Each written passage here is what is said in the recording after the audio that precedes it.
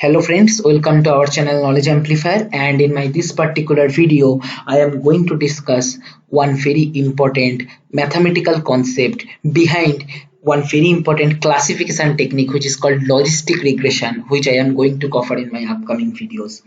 The mathematical central formula behind the logistic regression is sigmoid function. That part I am going to discuss. Some intuition I am going to give in my this video. Okay. So let's start the discussion. Here, try to understand the mathematical intuition along with the code. Okay. So what I have done here, CLC clear all closure warning off as we generally write. Then I have taken one exponentially decreasing function. Okay. Where time sample range I have taken minus 60 to 60 with incrementation of 0.01 for discretization, and x1 equal to exponential of minus of 0.05 into t, and plot that t comma x1 comma g, that is green color, and grid on so that we can check some values if we want. So select that particular part and click on evaluate selection. You will be getting our well-known mathematical exponential decreasing function which will reach the value 0 at infinite, okay, and which will reach to value infinite at minus infinite, right? Because the from the expression itself you can say e to the power minus of 0.05 minus any factor multiplied by minus infinite. Minus in minus minus will become plus, so e to the power infinite is what? Infinite. So it will this particular function will go to infinite at t equal to minus infinite, okay, and at t equal to plus infinite what will happen? E to the power minus of very high value, that means 0, right? So this is what this simple graph also signifies. Now what we do, we add 1 with this whole expression. So what will happen? From the fundamental concept of graph, you can say that it will shift in the upper direction, that is positive y-axis, by value 1, right? So if I just draw that using red color, and if I just select this particular part and run evaluate selection, I will be getting this graph as expected. This red one is 1 plus e to the power minus of some factor multiplied by t, and this particular green one is my e to the power minus of alpha or beta into t, that is only decreasing function, okay. Now what I will do, I will go to tools and I will go to data cursor. Here you will get this option, and let me just show you that this red graph is nothing but 1 unit shifted in the positive y-axis of the green curve, okay.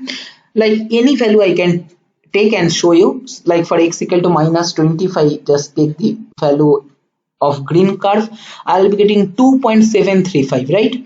Now going to red curve, you'll be getting 3.725, that is nothing but 1 unit, approximately 1 unit higher. Like here I can take at suppose 20, okay. For green curve I am getting 0.3701. For red curve I will be getting 1.369, which is approximately 1 unit upside of my this green curve, right? So till now so far so good. Mathematics is following the rule, that is our mathematical intuition, and graph is giving the same result. Now you just try to understand this particular concept. Consider this particular red curve only, okay. Let me just show you the red curve only for easy understanding purpose. So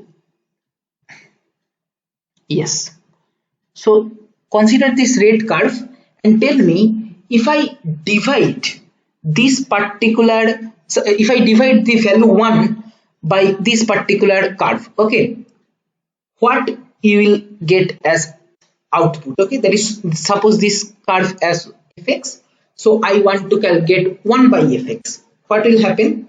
Obviously as the value is very high at the negative side, is that minus 60, so 1 by fx1 when we will be doing, we will be getting very low value at negative, and as the value is decreasing as we are going to positive, so 1 by fx will basically increase, okay, up to 0. Now what will happen? If we move more towards positive infinite, it is decreasing eventually. So this curve is actually what? This red curve is actually 1 plus e to the power minus of beta t, right? If you consider e to the power minus beta t, beta is some factor whatever we are considering as decaying factor. Okay, so 1 plus e to the power beta t, and if you are going towards, for this particular rate curve, if you are going towards infinite, the value is approximately reaching to 1, right? Because e to the power minus beta t is decreasing as you move towards infinite. So 1 plus e to the power minus beta t will approximately reach to 1. So 1 by fx, when you are doing the overall factor, as fx is reaching towards 1, so 1 by 1 will also reach towards 1. So as a result, when you make 1 by f of x, initially how the graph will look, just try to feel the idea. At negative, highly negative value, it will be very small because here fx is taking very high value, and after 0 it will reach to value 1 eventually if we go towards positive infinite, because 1 plus e to the power minus of beta t is taking value 1 as we move towards positive infinite, right? So let us run the same code, 1 dot by 1 plus e to the power minus of beta t. Here dot by because this is one vector or array. I can say control A and evaluate selection. See our black curve. I hope you can understand what is happening here. See, black curve initially for negative values it is small, then it is increasing, and eventually it is going to 1 and saturating. Okay, so what I can do, I can make all this particular part middle stage, which I have used to give you the mathematical intuition. Just let me comment this particular part and draw this one only. Okay, final one. So see, you will be getting this one. So maximum value is 1, minimum value it will reach to 0. If I just increase the factor, maybe minus 600 to 600 I can take. Okay, see, we are getting like this. So at very high negative value it will reach to 0, at very high positive value it will reach to 1. So point to be noted, when we can use this particular mathematical equation, we can use this particular mathematical equation when my independent feature or x can take any value from minus infinite to infinite, but my output I want to restrict in between 0 to 1. Okay, because see, this curve is doing the same, and try to understand the name of this curve. Why this is called sigmoid? Because this is looking like English alphabet S, right? Or another name is hill climbing function, because we are climbing in hill, we can say very smooth curve. Okay, not at all sudden change is happening. So this smooth curve is called sigmoid or S-shaped curve. Okay, widely used in logistic regression for classification purpose, which I am going to discuss in my next video. Now let's play with some function. So this is my factor 1 dot by 1 plus e to the power minus of beta t, where beta is 0.05. If you take very high value of beta, what will happen? The curve, this particular smoothness will become deteriorate. Okay, that is whatever you can see. Let me just make this range smaller. Let me take minus 60 to 60. Okay, and show you. So this one, this, see, this is smoothness, right? So if you increase this beta value, it will become steeper, and eventually at very high value of beta, it will look like unit step. If you have studied digital signal processing, I hope you have studied unit step, right? Which takes one value for any value greater than equal to 0, and 0 for any value less than 0. Like I can show you, suppose I can take here, instead of this 0.05, I can take maybe 200. Just demonstration purpose I am taking. See, it is taking unit step curve. Okay, if I take 20, see here also it is approximately unit step. I am maybe I am taking 5.